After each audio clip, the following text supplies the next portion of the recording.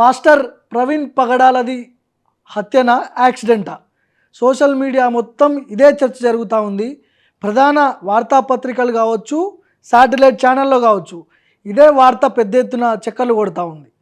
మరి ఆయన 2 తెలుగు రాష్ట్రాల్లో ఉన్నటువంటి క్రిస్టియన్ సంఘాలందరికీ ఆయన తెలుసు, క్రిస్టియన్స్ అందరికీ కూడా ఆయన తెలుసు. మోటివేషనల్ స్పీకరు, అదేవిధంగా క్రిస్టియన్స్ అందరూ కూడా ఈయన స్పీచ్ వినడానికి చాలా ఉత్సాహపడుతుంటారు. ఈయన ఆంధ్రప్రదేశ్లోని కొవ్వూరు ప్రాంతంలో, అంటే కొవ్వూరు దాటిన తర్వాత యాక్సిడెంట్ అయిందని కొంతమంది, లేకపోతే కావాలని హత్య చేసిరని కొంతమంది, చాలా చాలా రకరకాలుగా ఒక చర్చ అయితే జరుగుతూ ఉంది. ఏదేమైనప్పటికీ ఆయన వెళ్తున్న 2 వీలర్ ఏదైతే ఉందో రాయల్ ఎన్ఫీల్డ్ కొవ్వూరు ప్రాంతం దాటిన తర్వాత యాక్సిడెంట్ అయిన దృశ్యాలు కనిపిస్తూ ఉన్నాయి. ఒకవైపు సీసీటీవీ ఫుటేజ్లో ఆయన కొవ్వూరు టోల్ ప్లాజా దాటిన తర్వాత ఉన్నటువంటి విజువల్స్ కనపడ్డాయి. దాని తర్వాత ఆయన బైక్ యాక్సిడెంట్ కావడం, లేకపోతే ఆయన ఫేస్ మొత్తం నుజ్జు కావడం, ఇట్లాంటి కొన్ని అనుమానాలు దీంట్లో కనిపిస్తూ ఉన్నాయి. ముఖ్యంగా టోల్ గేట్ దగ్గర సీసీటీవీ ఫుటేజ్లో ఉన్నటువంటి ఆ 2 వీలర్ బుల్లెట్ బైక్కి వెనకాల ఒక బ్యాగ్ తగిలిచ్చింది. ఆ బ్యాగు యాక్సిడెంట్ అయిన ప్రాంతంలో ఆ బ్యాగ్ కనపడలేదు. మరి ఎక్కడికి పోయింది? మధ్యలో ఎవరైనా కిడ్నాప్ చేసిర్రా, లేకపోతే ట్రాప్ చేసి స్కెచ్ చేసి మర్డర్ చేసిర్రా అనే లైన్లో పెద్ద ఎత్తున చర్చలు కొనసాగుతూ ఉన్నాయి. అయితే కొవ్వూరు దాటిన తర్వాత ఈ సంఘటన జరిగింది. ఆయనకు సంబంధించిన పాస్టర్సు, ఆయన అనుచరులు, కొన్ని క్రిస్టియన్ సంఘాలేమో ఆయనకి థ్రెట్ ఉన్నది, గతంలో ఆయన సోషల్ మీడియాలో, ఆయన ఫేస్బుక్లో నాకు థ్రెట్ ఉన్నది, నాకు ప్రాణహాని ఉండదని చెప్పి ఆయన పోస్ట్ చేసుకున్నాడు. సో అయినా కూడా మరి ఎందుకు పట్టించుకోవట్లేదు? అక్కడ ఉన్నటువంటి వాళ్ళు ఎందుకు పట్టించుకోవాలి? పొలిటికల్గా కావచ్చు, అక్కడ స్థానిక ఎమ్మెల్యే కావచ్చు, కంప్లైంట్ చేశారా? మరి ఓన్లీ థ్రెట్ ఉందని చెప్పి సోషల్ మీడియాలో ఊరికనే పెట్టిండా? ఈ రకరకాల చర్చలన్నీ వస్తున్నాయి. ఒక క్లారిటీ అయితే ఎవ్వరూ ఇవ్వలేకపోతున్నారు. పోస్ట్ మార్టం రిపోర్ట్ వచ్చిందాకా ఇది యాక్సిడెంటా హత్యనా అనేది ఒక క్లారిటీ వచ్చే అవకాశం అయితే మనకు కనిపిస్తూ ఉంది. అయితే అక్కడ ఆయన చనిపోయిన ప్రదేశంలో యాక్సిడెంట్ అయినట్టు ఎక్కడా కూడా ఆనవాళ్ళు కనపడలేదు. సో ఆయన ప్రయాణిస్తున్నటువంటి రాయల్ ఎన్ఫీల్డ్ బండికి కూడా ఎలాంటి స్క్రాచ్ కనపడలేదు. నార్మల్గా ఏదన్నా వెహికల్ వెనకాల వచ్చి గుద్దినప్పుడు కింద పడి ఇట్లా రాసుకొని పోవడము, అట్లాంటి దృశ్యాలు ఏం కనపడలేదు అక్కడ. సో ట్యాంక్ వెనకాల నుంచి బండికి గుద్దినట్టు కూడా ఎలాంటి స్క్రాచెస్ లేవు, ఎలాంటి అవి కూడా లేవు, ఏది మన సిమ్టమ్స్ కూడా లేవు. మరి ట్యాంక్ బుల్లెట్ బండి ట్యాంక్ నిండా బ్లడ్ ఎట్లా వచ్చింది? బుల్లెట్ బండి వెనకాల టైర్కి బ్లడ్ ఎట్లా అంటింది? ఒకవేళ గుద్దినప్పుడు బండి మీద ఉన్న వ్యక్తి లేచి ఎగిరి అవతల పడతాడు, లేకపోతే వేరే ప్రాంతంలో దూరంగా పడవచ్చు. కానీ బుల్లెట్ బండి మీదకి బ్లడ్ ఎట్లా వచ్చింది? చంపేసి బుల్లెట్ మీద బడి మీద పడేశారా అని చెప్పి చాలామంది కొంతమంది మాట్లాడుకుంటున్నారు. ఫేస్ మీద రాడ్డుతో కొట్టినట్టు కొన్ని ఆనవాళ్ళు కనిపిస్తున్నాయంట. అంటే ఈ ఫేస్ మీద రాడ్డుతో కొట్టినట్టు, ఈ పెదం చీలిపోయినట్టు, ఇట్లాంటి సిమ్టమ్స్ కనిపిస్తూ ఉన్నాయంట. కొంతమంది విజయ్ కుమార్ లాంటి పాస్టర్సు, లేకపోతే అక్కడ ఉన్నటువంటి స్థానికంగా ఉన్నటువంటి ఆయన అనుచరులు, వీళ్ళందరూ చెప్తున్నటువంటి కొన్ని గగురు పొడిచే విషయాలు ఇవన్నీ కూడా. ఫేస్ నుజ్జు అయిందని చెప్పడం, రాడుతో కొట్టారని చెప్పి మాట్లాడుతున్నారు. సో ఆ ప్లేస్కి వెళ్ళిన వారు ఎవ్వరు కూడా అక్కడ యాక్సిడెంట్ జరిగిందంటే ఎవ్వరు నమ్మరు, అంటే నమ్మే సిచ్యువేషన్లో లేదు అని చెప్పి చెప్తున్నారు. సీసీ ఫుటేజ్లో ఆయన ప్రయాణిస్తున్నటువంటి బండికి ఒక బ్యాగ్ ఉంది వెనకాల, పెద్ద లగేజ్ బ్యాగ్ లాంటున్నది. ఆ బ్యాగు యాక్సిడెంట్ జరిగిన ప్రదేశంలో ఎందుకు లేదు అనే సందేహాలు కూడా వస్తున్నాయి. మరి ఉండాలి కదా, లేదంటే పోలీసులు హ్యాండ్ ఓవర్ చేసుకున్నారా? ఆ బ్యాగు ఎక్కడున్నది అనే క్వశ్చన్స్ కూడా వస్తున్నాయి ఇప్పుడు. మరి ఆ బాడీ మీద ఆయన చనిపోయిన తర్వాత ఆ బాడీ మీద బురద అనే వాళ్ళు కనిపిస్తూ ఉంటా. ఆ ప్రదేశంలోనేమో ఎక్కడ బురద లేదు, నీళ్లు లేవు, కాలువ లేదు, ఏం లేదు. మరి బాడీ మీదకి బురద ఎట్లొచ్చింది? అది మొత్తం డ్రై ప్రాంతంగా ఉన్నదంట, ఎట్లొచ్చింది? ఇట్లాంటి సందేహాలు కూడా చాలా వినిపిస్తూ ఉన్నాయి. మరి ఆల్రెడీ ఆయన సోషల్ మీడియాలో, ఆయన ఫేస్బుక్లో నాకు థ్రెట్ ఉన్నది, మత ఘర్షణలు చేసేవాళ్ళు, లేకపోతే కొంతమంది ఉంటారు కదా మత సంఘర్షణలు చెలరేగొట్టేవాళ్ళు, వాళ్ళ వల్ల నాకు థ్రెట్ ఉంది అని చెప్పి ఆయన సోషల్ మీడియాలో పోస్ట్ పెట్టిన తర్వాత ఇట్లాంటి సంఘటన జరగడాన్ని ఎట్లా చూడాలి అని చెప్పి మాట్లాడుతున్నారు. ఒక వాయిస్ వినిపిస్తున్నారు ఆయన అనుచరులు ఫోన్లో. మరియమ్మ అంటే యేసుక్రీస్తుకి జన్మనిచ్చినటువంటి మరియమ్మ ఆమె అంటే కొద్దిగా బ్యాడ్ లాంగ్వేజ్ యూజ్ చేసి ఆమెని మాట్లాడిర్రు ఒక వ్యక్తి. ఆయన ఈ పాస్టర్ ప్రవీణ్ ఎవరైతే ఉన్నారో పగడాల ప్రవీణ్, ఆయన కళ్ళు పీకేస్తాం, గుడ్లు పీకేస్తాం, ఆయన మూతి పలగొట్టేస్తాం, ఇవన్నీ ఆయన ఒక కాల్ రికార్డు కొంతమంది ఆయన అనుచరులు వినిపిస్తున్నారు సోషల్ మీడియాలో. చెప్పినట్టే ఫేస్ మీద ఇట్లాంటి సిమ్టమ్స్ కనపడంతో చాలా అనుమానాలు వ్యక్తం అవుతున్నాయి. ఒకసారి మనం దీని గురించి మాట్లాడదాం. పాస్టర్ జాన్ బాబు గారు ఉన్నారు, ఒకసారి ఆయనతో మాట్లాడే ప్రయత్నం చేద్దాం మనం. సో మనం పెట్టుకున్న ప్రవీణ్ పగడాలది యాక్సిడెంటా లేకపోతే హత్యనా, పోస్ట్ మార్టం రిపోర్ట్లో ఏముంది? సో ఇట్లాంటి క్వశ్చన్ మార్కే. ఇక్కడ యాక్సిడెంట్ అని మనం స్టేట్మెంట్ ఇవ్వట్లేదు, లేకపోతే మర్డర్ జరిగిందని మనం చెప్పట్లేదు, కానీ ఈ చర్చ అయితే కొనసాగుతూ ఉంది. ఇంతకుముందే ప్రజాశాంతి పార్టీ వ్యవస్థాపకులు అధ్యక్షులు ఆయన డాక్టర్ కే పాల్ కూడా దీని మీద స్పందించిండు. సో నాతో పాటు ప్రస్తుతం జాన్ బాబు గారు ఉన్నారు, పాస్టర్ జాన్ బాబు గారు. నమస్తే జాన్ బాబు గారు. నమస్తే అండి. యా, ఈ ప్రవీణ్ పగడాలది చెప్పండి. ఎస్, ప్రవీణ్ పగడాలది హత్యనా లేకపోతే యాక్సిడెంటా అని చెప్పి పెద్ద ఎత్తున చర్చ జరుగుతూ ఉంది. ఏంటి అసలు మీరు యాజ్ ఏ పాస్టర్ గా ఈ విషయంలో చెప్పండి. యాజ్ ఏ పాస్టర్ గా చెప్పాలంటే మా అందరికి చాలా బాధగా ఉంది. ఓకే, అయితే పోస్ట్ మార్టం రిపోర్ట్ అనేటువంటి ఇంతవరకు అది ఇంకా రాలేదు కనుక ఖచ్చితంగా ఇది హత్య అని అయితే తేల్చి చెప్పలేము. ఓకే, అయితే మేము దీన్ని తీవ్రంగా ఖండిస్తున్నాం. మా అనుమానాలు ఏంటంటే దాదాపుగా 99% ఇది ప్రీ ప్లాన్ మర్డర్ అని మేము భావిస్తున్నాం. ఓకే, నేను ఇక్కడ ఏపీ స్టేట్ కి సంబంధించి క్రిస్టియన్ రైట్స్ ఆర్గనైజేషన్ కి ప్రెసిడెంట్ గా ఉన్నానండి. ఓకే, మరి మేము మా టీం అంతా కూడా మా సేవకులంతా కూడా మేమేం భావిస్తున్నామంటే ఇది 99% హత్యే చేశారు, కావాలని వాంటెడ్ గా చేశారు. ఎందుకనంటే మరి అది యాక్సిడెంట్ ఆ ప్రాంతంలోకి వెళ్ళి మా వాళ్ళు చూసినప్పుడు అక్కడ ఎక్కడ కూడా అది యాక్సిడెంటల్ గా జరిగినట్టుగా ఎక్కడ ఆధారాలు లేవు. డోకుపోయినట్టుగా, గీచుకుపోయినట్టుగా, చినిగిపోయినట్టుగా అట్లా ఏం లేవు. అక్కడ ఏదో చెక్క ముక్కలు కనపడ్డాయి, మనిషిని కొట్టడానికి అవసరపడేటంత సైజులో. వాటి మీద రక్తం మరకలు కూడా ఉన్నాయని మరి మా వాళ్ళు వీడియోస్ కూడా పోస్ట్ చేయడం జరిగింది. అదండి టోటల్ గా ఏంటంటే మేమైతే మాత్రం ప్రస్తుతానికి ఎవరు చేశారు అన్నదైతే మేము చెప్పలేం గానీ ఖచ్చితంగా ఇదైతే మాత్రం దాదాపుగా 99% హత్య అవటానికే ఎక్కువగా సోర్స్ ఉందనేది నేను భావిస్తున్నాను. అంటే ఆయన సోషల్ మీడియాలో కూడా, ఫేస్బుక్ లో కూడా నాకు థ్రెట్ ఉంది అని చెప్పి ఆయన పోస్ట్ పెట్టిండని చెప్పి మాట్లాడుతున్నారు. నిజమేనా? థ్రెట్ ఉందని చెప్పి పోస్ట్ పెట్టిండా?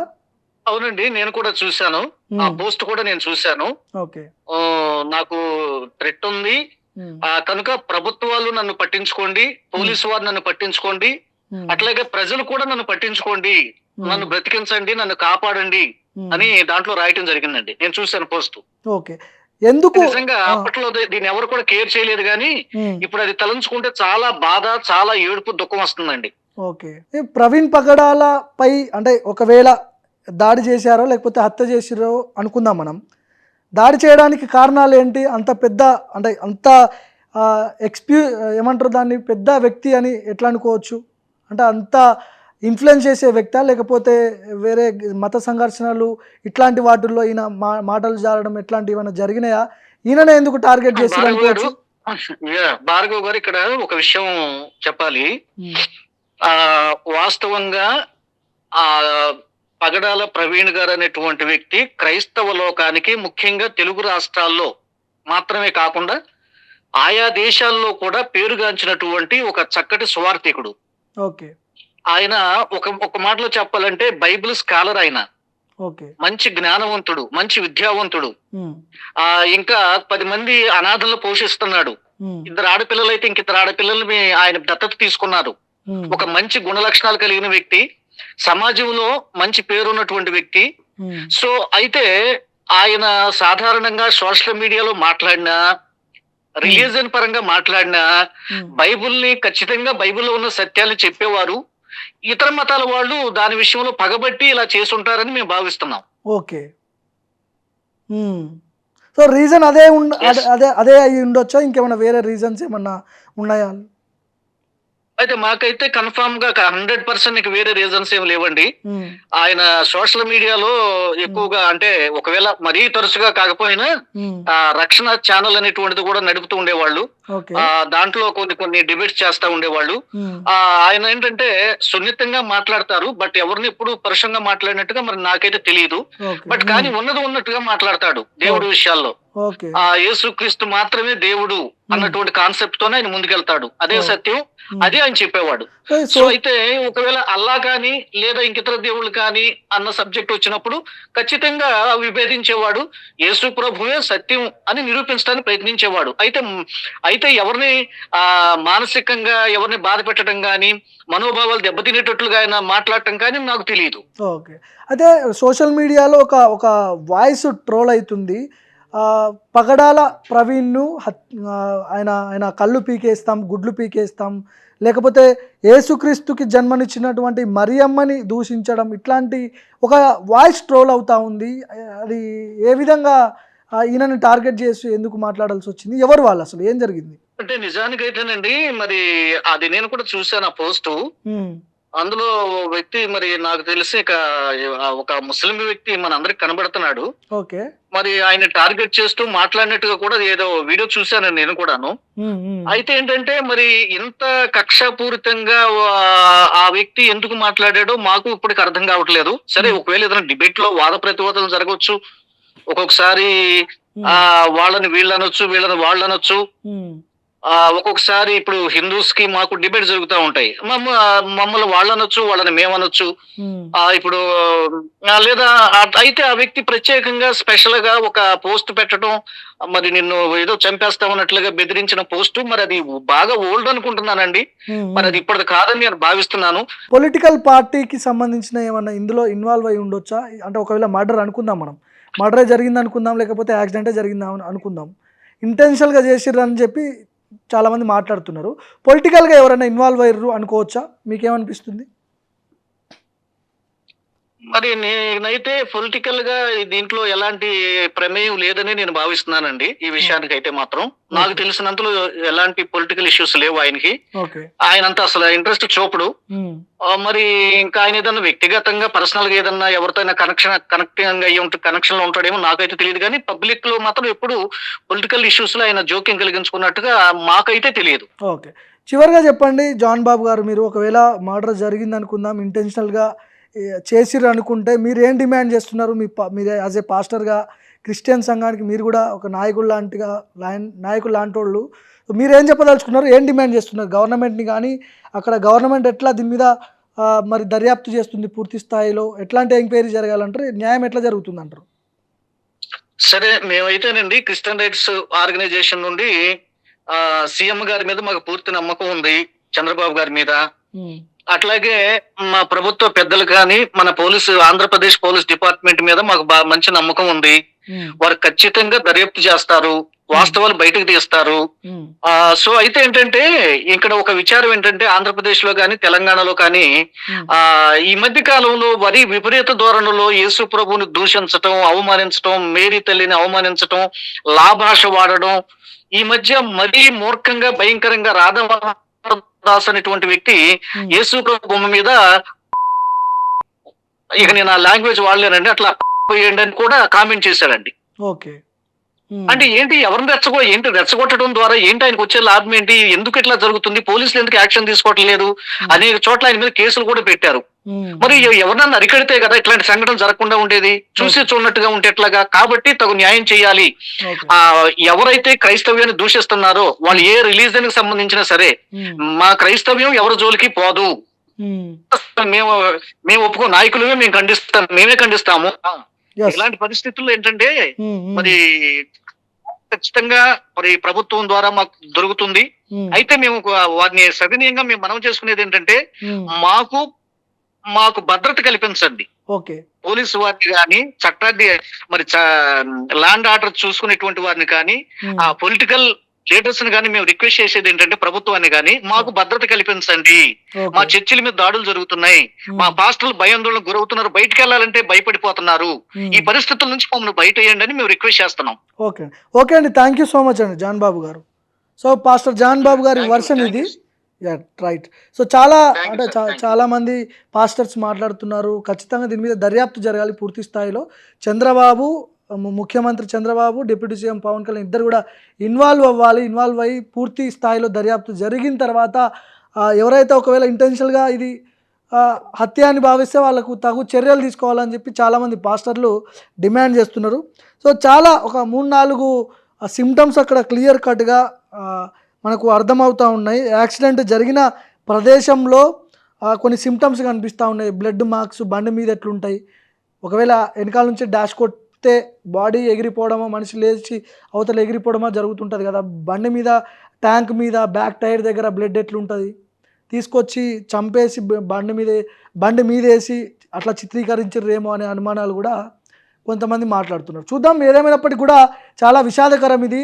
ఆయన 2 తెలుగు రాష్ట్రాల్లో కూడా ప్రవీణ్ పగడాల అనే వ్యక్తి మామూలు వ్యక్తి కాదు. ఆయన మత ప్రబోధకుడు అయినప్పటికీ కూడా ఆయన స్పీచ్లు చాలామంది వినడానికి ఇష్టపడతారు. ఇన్ఫ్లుయెన్సర్ ఆయన అని చెప్పి మాట్లాడుతున్నారు. ఆంధ్రప్రదేశ్ ముఖ్యమంత్రి చంద్రబాబు, డిప్యూటీ సీఎం పవన్ కళ్యాణ్ వీళ్ళిద్దరు కూడా పాస్టర్స్ ఎవరైతే ఉంటారో క్రిస్టియన్ సంఘాలు వాళ్ళు రిక్వెస్ట్ మోడ్లోనే మాట్లాడుతున్నారు. ఖచ్చితంగా పూర్తి స్థాయిలో దర్యాప్తు జరగాలి, ఇట్లాంటివి మళ్ళీ రేపటి రోజున జరగకుండా చూడాలి అని చెప్పి వాళ్ళు డిమాండ్ చేస్తున్నారు. చూద్దాం. పోస్ట్ మార్టం రిపోర్టు వచ్చిన తర్వాత ఒక క్లారిటీ వచ్చే అవకాశం ఉంది మనకి.